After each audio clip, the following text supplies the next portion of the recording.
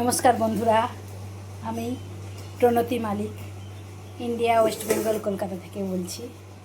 আজ আমি আমার রান্নাঘরে বানাবো কি দেখো, এই দেখো চিংড়ি। দেখতে পাচ্ছ বন্ধুরা, চিংড়ি হচ্ছে এই যে থোর দিয়ে আলু দিয়ে আর এইটাকে কাঁচা চিংড়ি রান্না করো। দেখো কেমন লাগে, কেমন করে রান্না করছি শুধু দেখো। কাঁচা চিংড়ির তরকারি, দেখতে থাকো।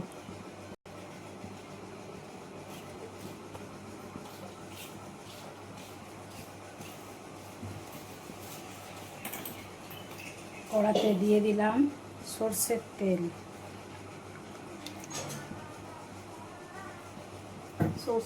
দিয়ে দিলাম কড়ায়। চিংড়ি মাছকে ভাজবো না, দেখো কেমন করে রান্না করছি। সর্ষের তেল গরম হতে থাকলো, ওতে দেব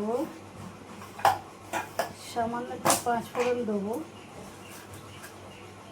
যেহেতু থোর আছে। সামান্য কালো জিরে আর একটু রাঁধুনি পরিমাণে 2-1টা মেথি দানা আছে, যেমন ফোড়ন হয় স্বাভাবিক এইরকমই দিয়েছি আপাতত।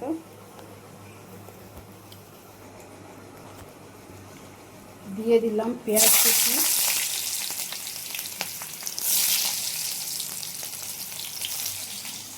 একটু রসুন কুচি,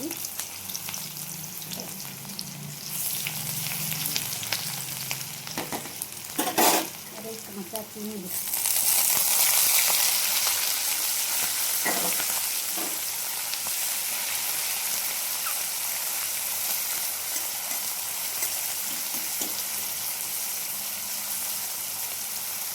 চিংড়িগুলো দিয়ে দিলাম, এর সঙ্গে দিয়ে দিলাম এই যে থোর আলু কুচানো ছিল, ওগুলো দিয়ে দিলাম।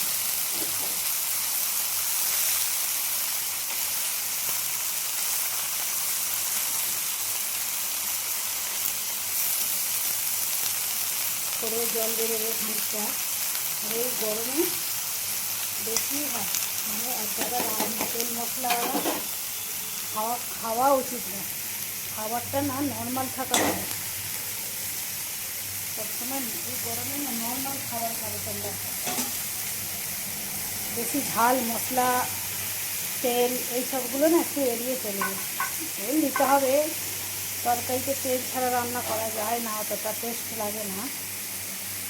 তেল ছাড়াও রান্না করা যায়, কিন্তু অত টেস্ট লাগে না যতটা একটু তেল দিয়ে রান্না করা যায়। যতটা সম্ভব কম মশলা তেল ব্যবহার করা যায় ততটাই করি। দেখো করতে থাকছি, তরকারিটা তোমরা দেখতে থাকো।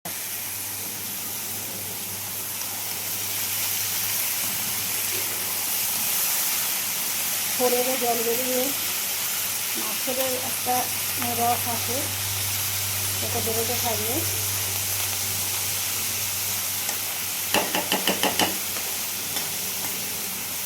একটু নুন দিয়ে ঢাকা দিলে সব জলটা বেরিয়ে যাবে। তবে একটু পরিমাণ মতো নুন দিয়ে দিলাম পরিমাণ মতো নুন আর একটু টমেটো কুচি। কেমন ফোর দিয়ে আর এই যে জল বেরিয়েছে দেখো। এই জলটা পুরো শুকোনো না পর্যন্ত একটা টেস্ট আসবে না। জলটা এবার শুকনো হবে। কড়াতে দিয়ে দিচ্ছি পরিমাণ মতো হলুদ,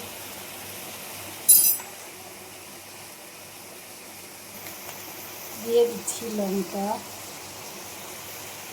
পরিমাণ মতো লঙ্কায়। গরমে বেশি লঙ্কা ঝাল দিলাম না, অল্পই দিয়েছি। লঙ্কা হলুদ নুন সব দেওয়া হয়ে গেছে, এবার কষতে থাকবে। কত জল বেরিয়েছে বন্ধুরা দেখো, শুধু মাছের জল, তারপর একটা থোড়ের জল, সবজি আছে, টমেটো আছে, সবের একটা জল বেরোয় না, জল ভাবটা এই বেরিয়ে পড়েছে নুন দেওয়ার জন্য। এটাকে আবার কড়াই নেড়ে নেড়ে শুকিয়ে নেব। ততক্ষণ শুকোতে থাকুক। দেখো বন্ধুরা, জলটা শুকিয়ে এসেছে। রাখবো।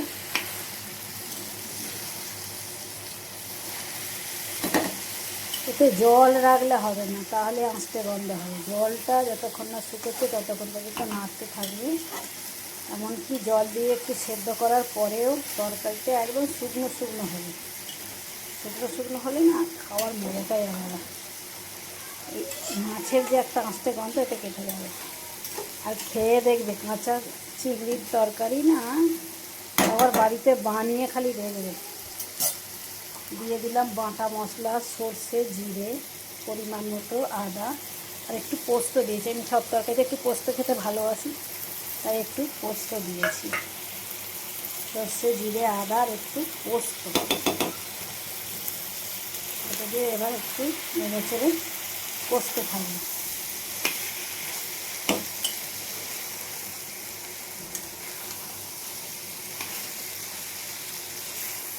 এত তো চিংড়ি মাছ ভেজে ভেজে তরকারি খাও, একটু কাঁচা চিংড়ি যেমন করে রান্না করলাম ওরকম করে রান্না করে একবার খেয়ে দেখবে, তারপর আমাকে কমেন্ট করে জানাবে কেমন হলো তরকারিটা। তবে তরকারিতে জলটা একদম শুকনো শুকনো করে, জল রাখবে না, ঝরঝরা তরকারি করবে, খাওয়ার মজাটাই আলাদা।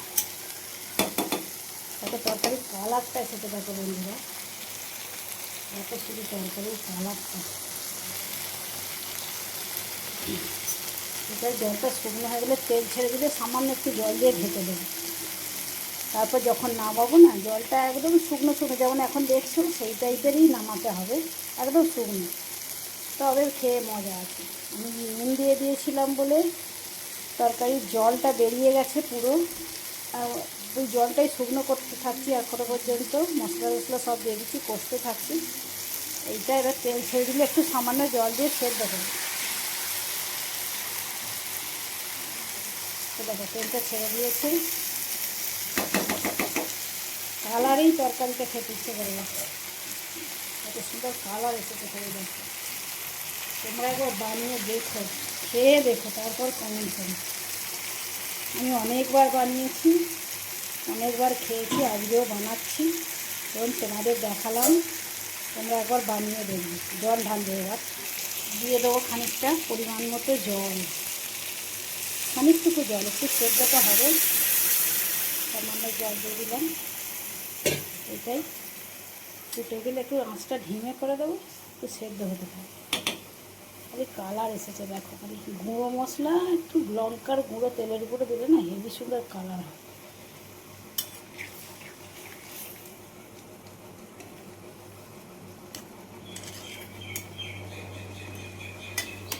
চিংড়ি মাছগুলো এতে সেদ্ধ হয়ে যাবে, আর কাঁচা ভাব থাকবে না। আর তরকারি যখন নামাবে শুকনো শুকনো নামাবে, দেখবে খালি একবার খেয়ে, ও মুখে লেগে থাকবে, আবার করে খেয়ে দেখবে। বাটনা ধোয়া জলটা, বাটি ধোয়া জলটা একটু দিয়ে দেবো।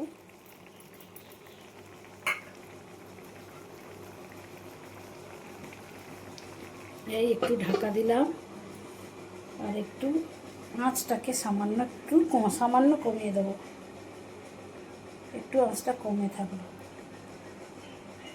জলটা শুকিয়ে প্রায় এসে গেছে, আর একটু শুকবে।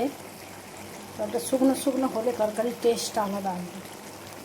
হয়ে গেছে, তরকারি সেদ্ধ হয়ে গেছে, শুধু জলটা, দমটা বাড়িয়ে দিয়েছি, আঁচটা বাড়িয়ে দিয়েছি, দিয়ে এবার এটা তরকারির জলটা খালি শুকিয়ে নেব। হয়ে গেল আমার কাঁচা চিংড়ি দিয়ে থোড়ের তরকারি। কেমন লাগলো বন্ধুরা তোমরা কমেন্ট করে বলো, এবং এই কাঁচা চিংড়ির তরকারি বাড়িতে বানিয়ে খেয়ে নিন। ঝিঙে দিয়ে, পটল দিয়ে, থোড় দিয়ে, চিংড়ি মাছ অনেক ধরনের প্রসেস করা যায়, এই সবজি দিয়ে নয়, কাঁচা চিংড়ি রান্না করে দেখবে কত সুন্দর লাগে খেতে পারি। যেমন করে আমি রান্না করলাম ওইরকম করে করবে, আর কেমন হলো একটু কমেন্ট করে জানিও। আর আমার ভিডিওটা যদি ভালো লাগে একটু লাইক, কমেন্ট আর একটা সাবস্ক্রাইব। বাই বন্ধুরা, প্রচণ্ড গরম, সকলে ভালো থেকো, সকলে সুস্থ থেকো, বাই।